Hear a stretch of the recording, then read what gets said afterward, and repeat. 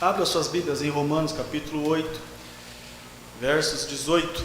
Quando olhamos para as Escrituras no livro de Romanos, hoje pela manhã, algumas verdades saltaram aos nossos olhos. Uma delas, em Romanos 8, 2 e 3, nós somos lembrados de que os crentes foram libertos do pecado, libertos do poder da morte. Fomos lembrados de que nós em Cristo Jesus, versículo 4 do capítulo 8, temos a prerrogativa de que, olha, para que a justiça da lei se cumprisse em nós, que não andamos segundo a carne, mas segundo o Espírito. Fomos lembrados de que através dessa situação e da ação do Espírito Santo de Deus, nós temos a possibilidade de caminhar em plena vitória, de maneira que nenhuma condenação há ou venha a existir para aqueles que estão em Cristo Jesus. E essa verdade, ela tem que acalentar o nosso coração, chamando a atenção para o que o apóstolo Paulo descreve para a gente nos versículos 12 ao 17. Nós somos filhos. E é interessante quando a gente olha para a descrição desse texto, porque o Espírito Santo garante de que a glória final nas nossas vidas vai sim ser alcançada, de maneira que vale a pena a gente ponderar algumas questões, de que na salvação, ou na justificação, o início dela acontece realmente com a justificação, porém a santificação e a glorificação vão ser cada vez mais clareadas, e a glorificação por final nas nossas vidas. É interessante lembrar de que a justificação é o começo da salvação, e a glorificação é o final disso, é a conclusão. E é nessa proposta, nesse caminhar que o apóstolo Paulo coloca para as nossas vidas, como cantamos hoje pela manhã. Que consolação tem o meu coração descansando no poder de Deus. Porque é alicerçado neste poder que nós somos livres do pecado. É alicerçado nesse poder que nós somos capacitados a servir a Deus. É alicerçados neste poder que nós temos uma esperança, que nós temos algo a mais. De maneira que, diante do quadro que estamos vivenciando nos últimos dias, a gente sabe que diante de tantas lutas, diante de tantas tribulações, ainda é possível olhar para frente. Ainda é possível você ver um vislumbre.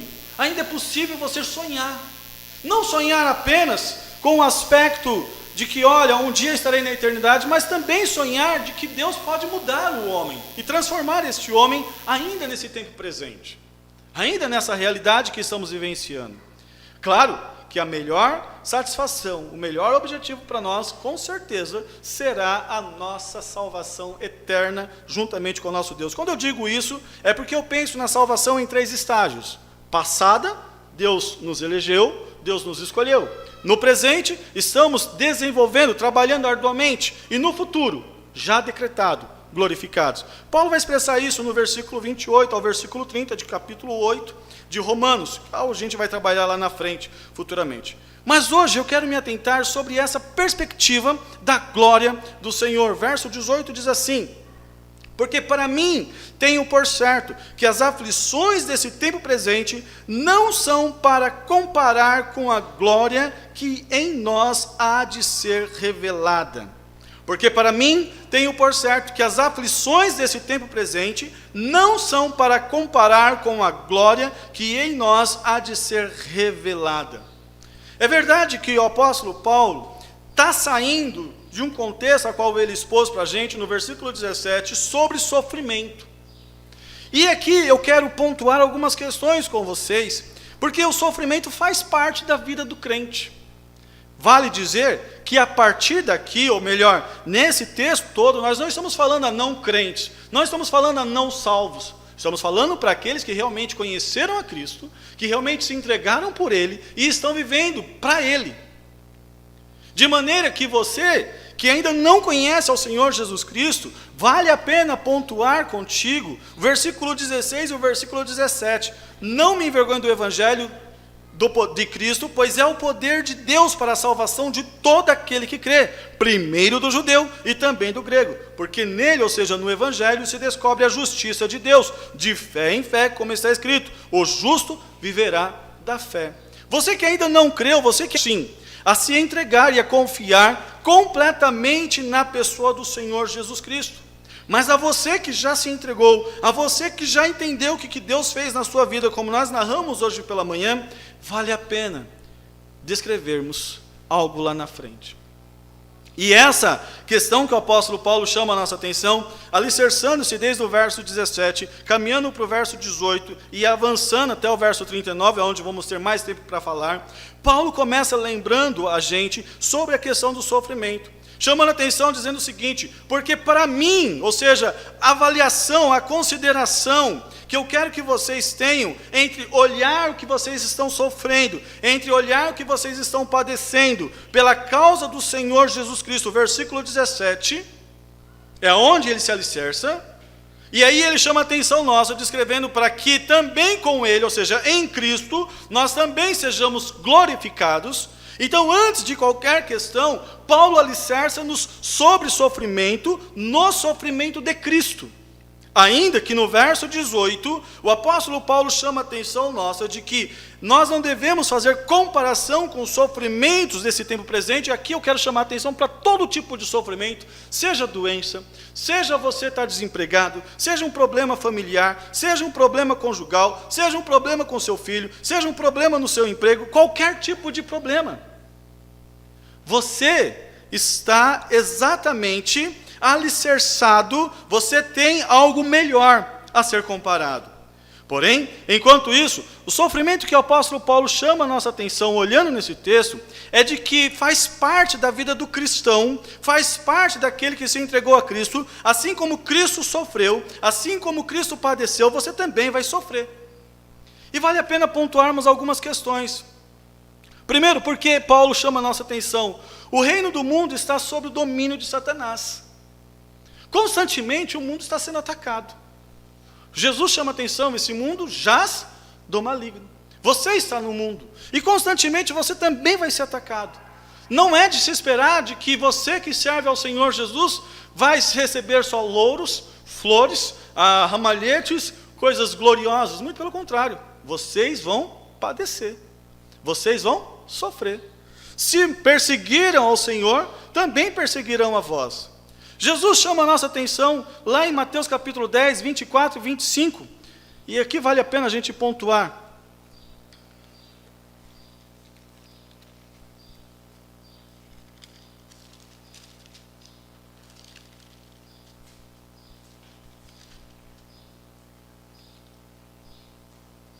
Não é o discípulo mais do que o mestre, nem o servo mais do que o seu senhor. Basta ao discípulo ser como seu mestre, e ao servo como ser o seu senhor. Se chamar o Belzebu ao pai da família, quanto mais aos seus domésticos. Estamos perseguidos, padecemos, lutamos, enfrentamos desafios. Paulo chama a atenção disso, Jesus nos adverte sobre isso. Paulo assegura que todos os que querem viver uma vida piedosa serão perseguidos. Você quer ser crente? Quer ser um crente formidável? Quer ser um crente que honra ao Senhor? Então não espere uma outra realidade. Vai sofrer perseguição por conta do seu testemunho. Vai sofrer perseguição porque você vai ser um pai zeloso, porque você vai ser um marido diferente, porque você vai ser um servo de Deus que vai abrilhantar.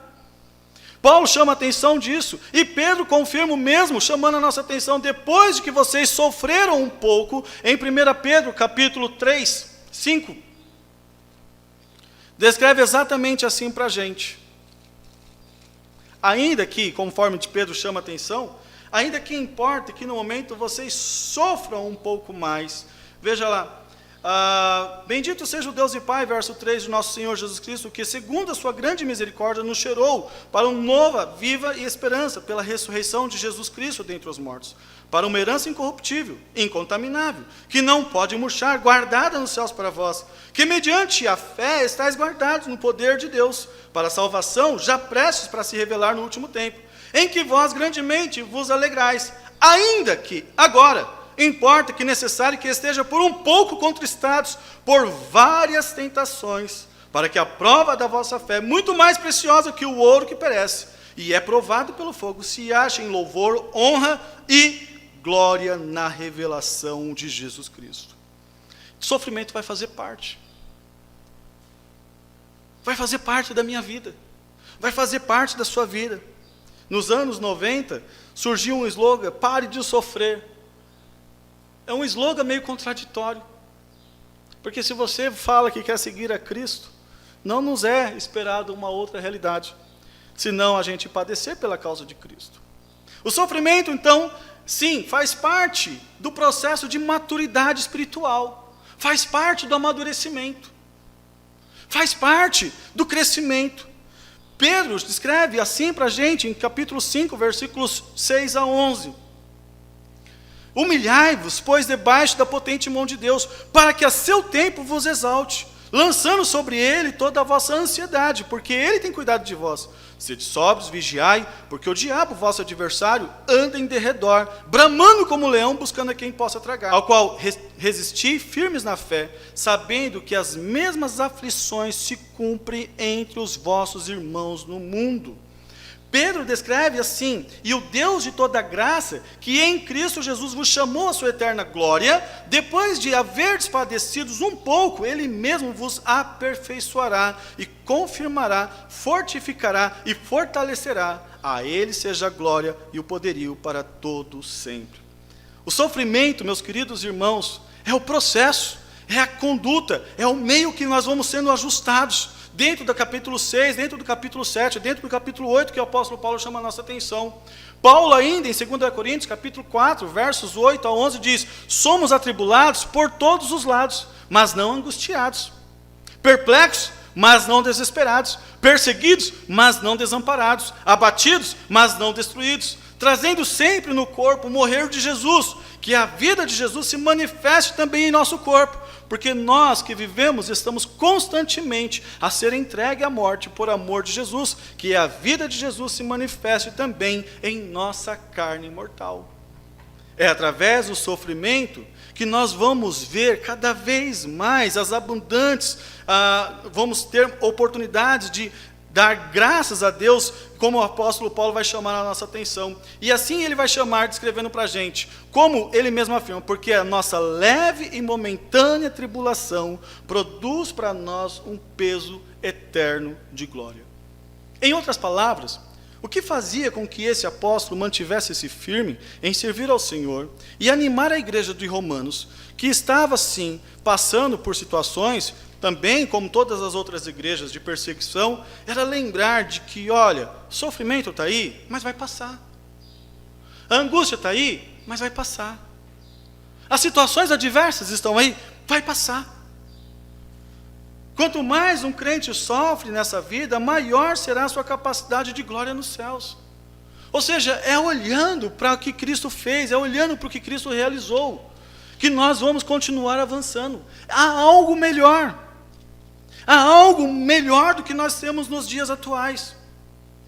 Isso foi evidenciado pelo próprio Cristo em Mateus capítulo 20, versos de 20 a 23, quando a mãe de um dos discípulos chega para ele: Senhor, fala para um dos meus filhos sentar à tua direita. E aí Jesus fala: olha, se eles estiverem dispostos a beber o cálice, mas eles não vão sentar, porque isso não é dado a mim. A nossa vida, a nossa glória, depende daquilo que nós estamos lidando aqui no dia a dia. Vai sofrer?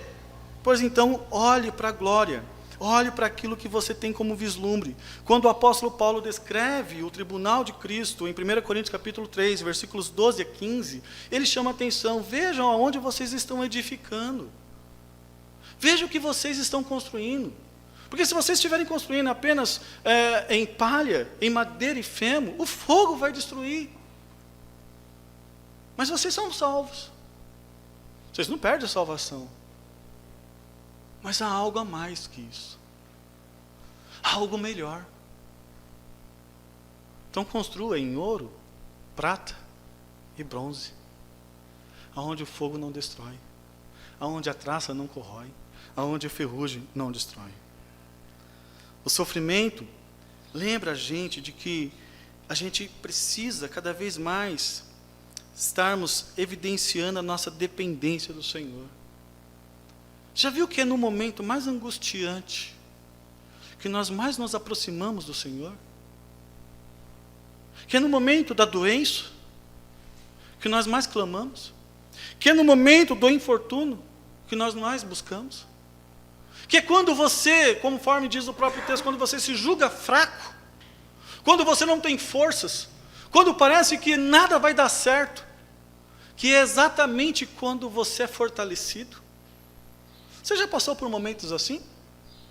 Momentos aonde você olha e fala, acabou, cessou, não tem mais o que fazer.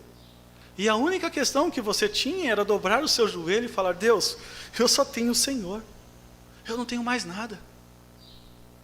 E de repente você vê Deus suprindo, você vê Deus levantando você vê Deus trazendo alguém para te animar, porque você no sofrimento, você aprende a depender do Senhor, você aprende a confiar no Senhor, você aprende a passar sim por vales e saber que o pastor está ali, você aprende a confiar e a depender completamente na pessoa do Senhor Deus. Paulo teve esse sentimento quando ele escreveu exatamente assim: para conhecê-lo e a virtude da sua ressurreição e a comunicação das suas aflições, sendo feito conforme a sua morte, para ver se de alguma maneira eu possa chegar à ressurreição dos mortos. Não que já tenha alcançado ou que seja perfeito, mas prossigo para alcançar aquilo para o que fui também preso por Cristo.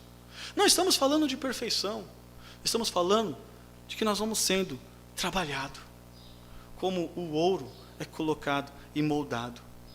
Estamos sendo moldados a algo melhor nas nossas vidas, melhor para a vida vindoura.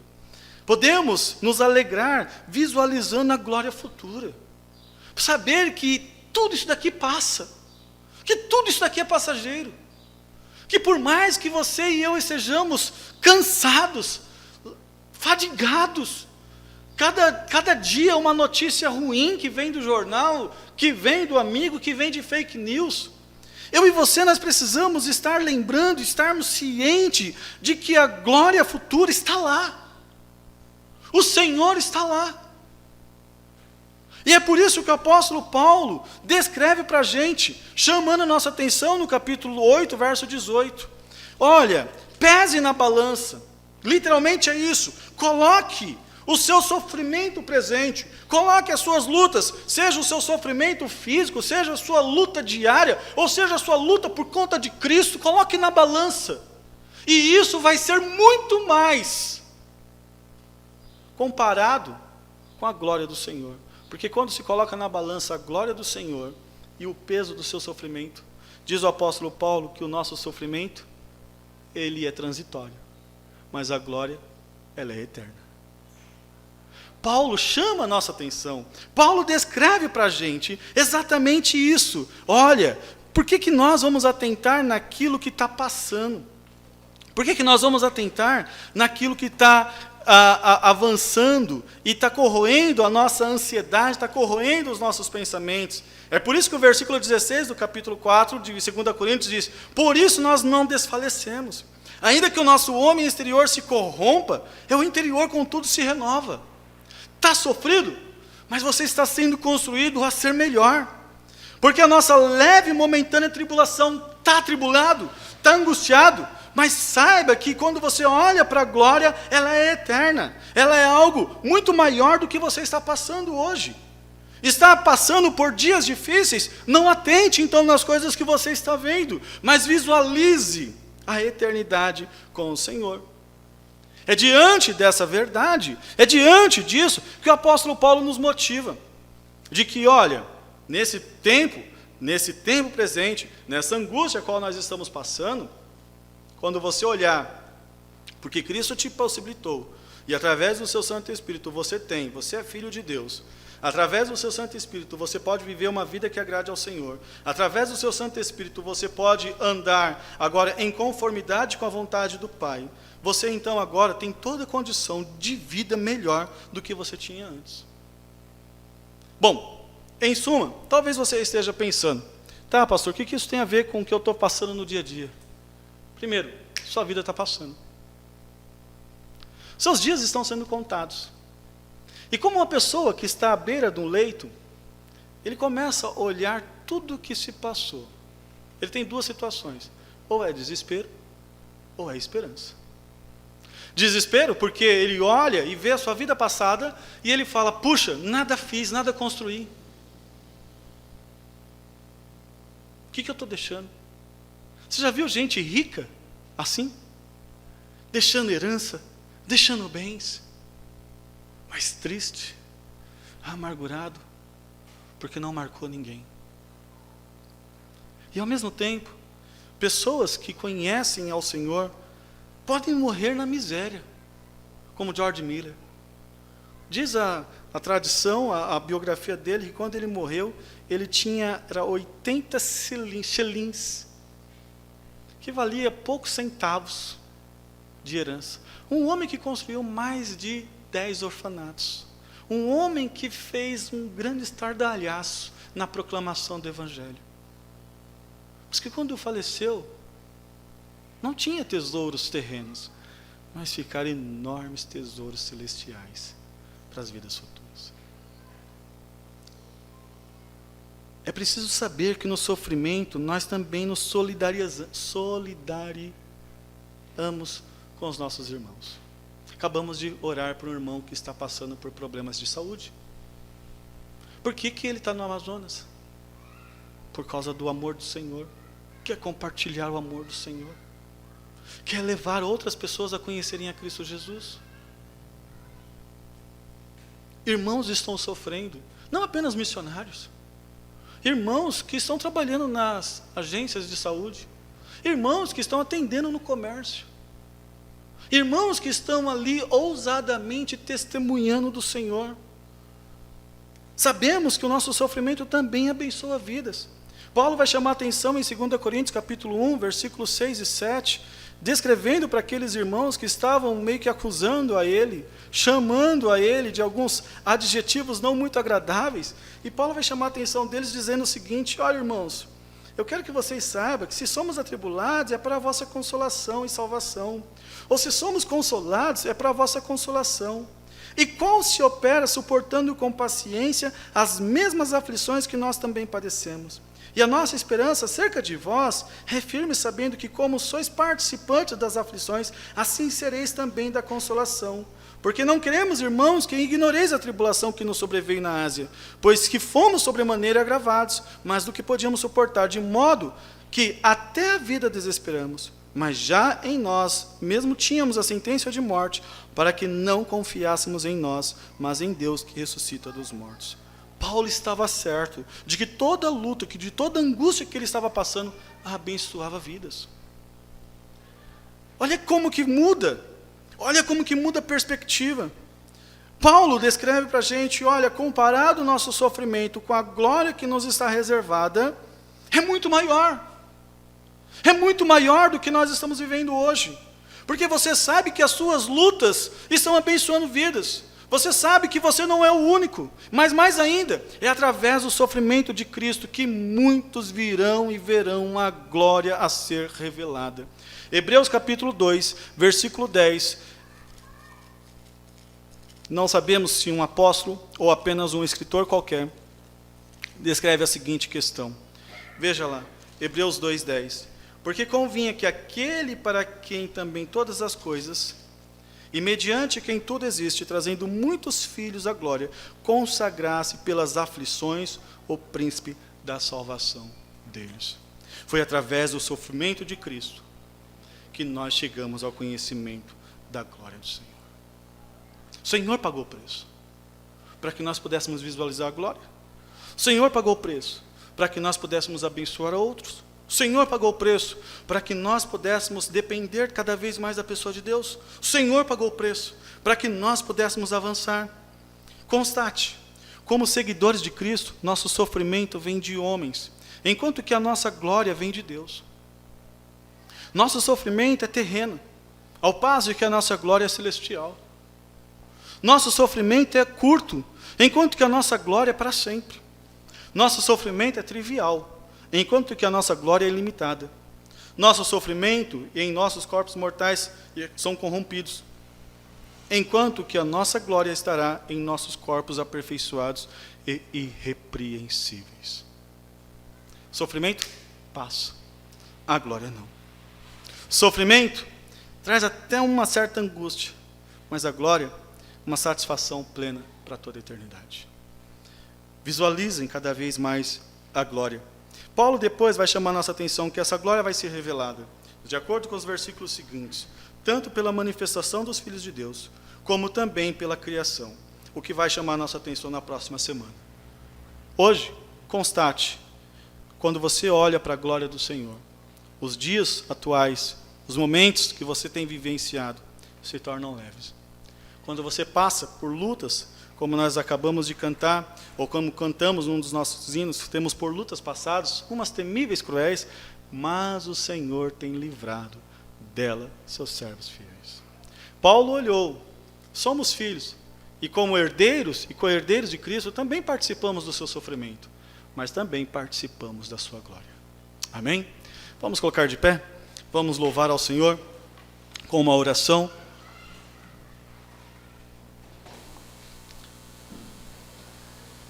E depois com cânticos.